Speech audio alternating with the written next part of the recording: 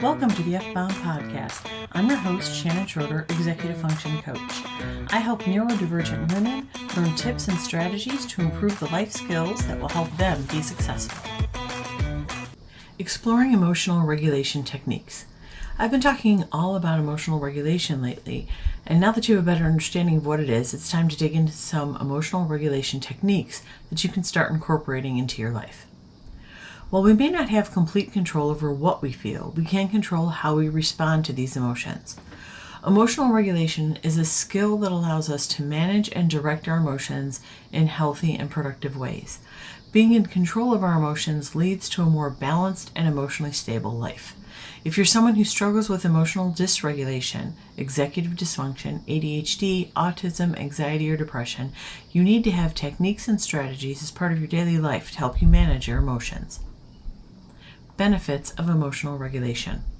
Before I get into the techniques, I want to point out that emotional regulation has a variety of benefits that have a positive impact on your life and relationships.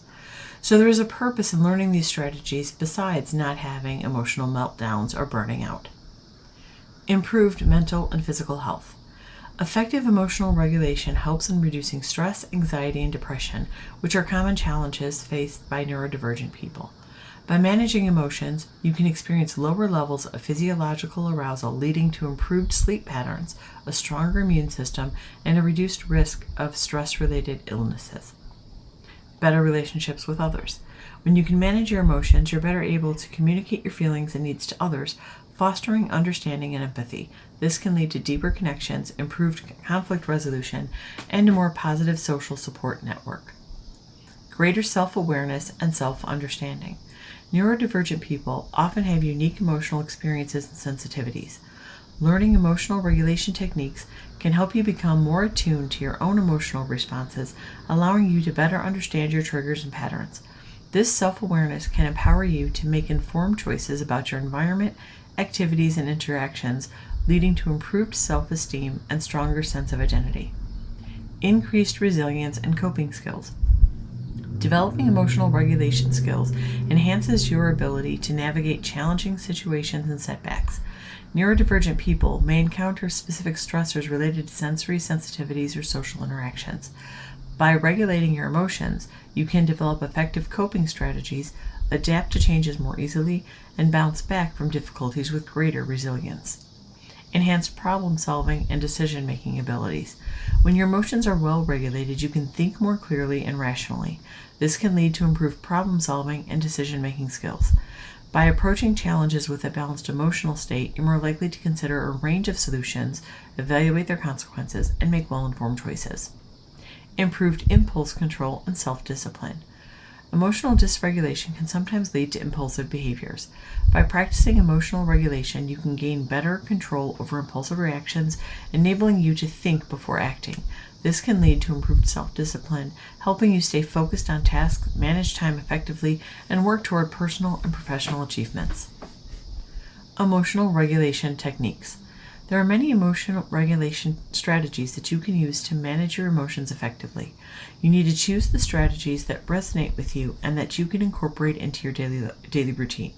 If it's not something you're interested in, it won't be as effective. Here are some of those popular emotional regulation strategies. Mindfulness. Mindfulness is the practice of being present in the moment and non-judgmentally observing your thoughts, feelings, and bodily sensations. It can help you become more aware of your emotions, recognize the triggers that lead to emotional dysregulation, and develop a greater sense of self-control. Mindfulness can be practiced through meditation, breathing exercises, or simply paying attention to your surroundings. The most important piece here is keeping yourself in the present moment instead of being drawn into a cycle of negative thoughts and emotions that can spiral out of control. Cognitive restructuring. Cognitive restructuring is the process of changing negative or irrational thoughts into more positive and realistic ones. It involves identifying negative thought patterns and replacing them with more positive and empowering ones. This can help you develop a more positive outlook on life and reduce the impact of negative emotions. This is a powerful strategy, but it's hard to do. We spend so much time listening to the negative voice in our head that it's challenging to learn to take all of those statements and turn them into positive ones. However, once you get the hang of it, it can have a long-lasting effect. Gratitude. Gratitude is the practice of focusing on the positive aspects of life and expressing appreciation for them. It can help you shift your focus away from negative emotions and develop a more positive outlook on life. Practicing gratitude can be as simple as keeping a gratitude journal or reflecting on the things you're grateful for. Often, just taking a few minutes to acknowledge things we're grateful for can pull us out of a funk. Gratitude helps remind us that there is hope and good things in our lives. Self-care. Self-care involves taking care of your physical, emotional, and mental well-being.